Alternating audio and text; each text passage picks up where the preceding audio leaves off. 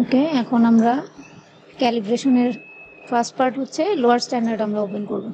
আমাদের সবচেয়ে লো স্ট্যান্ডার্ড হচ্ছে ক্যাল 1। ক্যাল 1 ওপেন করে আমরা যাব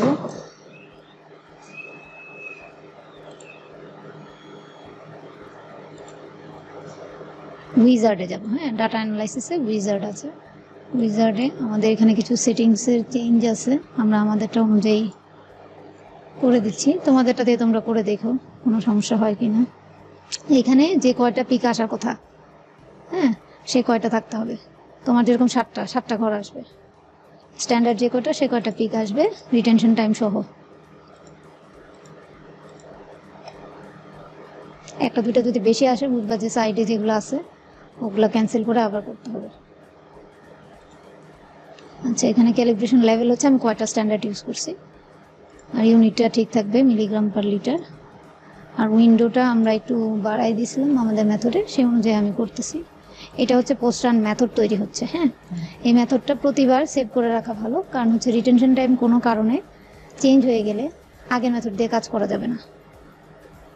ঠিক আছে, এই যে রিটেনশন টাইমগুলো উঠতেছে এখানে তো নির্দিষ্ট টাইম আসছে, কালকে দিলে আবার এটা একটু চেঞ্জ হতে পারে।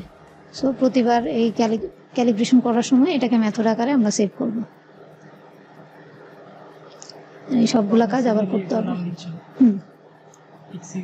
পিকের যে সিকোয়েন্স সে অনুযায়ী, তাহলে স্যাম্পলেও সে এটাকে এইভাবে ধরবে। আর কনসেন্ট্রেশনগুলো দিয়ে দিব। কনসেন্ট্রেশন আমার স্ট্যান্ডার্ডেরটা আমি জানি, তোমাদেরটা যেরকম হবে তোমরা সেভাবে দিবা। Milligram per litre, SI unit.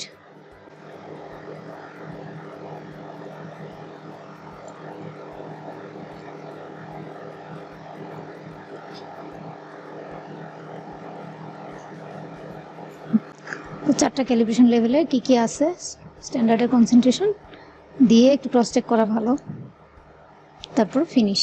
এই যে মেথডটা তৈরি করলাম এটা আমাকে সেভ করতে হবে। অ্যাপ্লাই টু মেথডে গিয়ে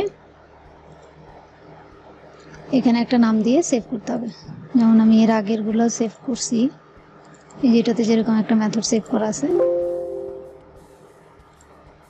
তো এখানে ওভাররাইট করে লিখে দিই, অথবা একটা ডেট দিয়ে যে কোনো নাম তুমি যেটা দিতে চাও, এটাতে তুমি বুঝতে পারবা। হ্যাঁ, এটা পোস্ট রানে তৈরি করছি।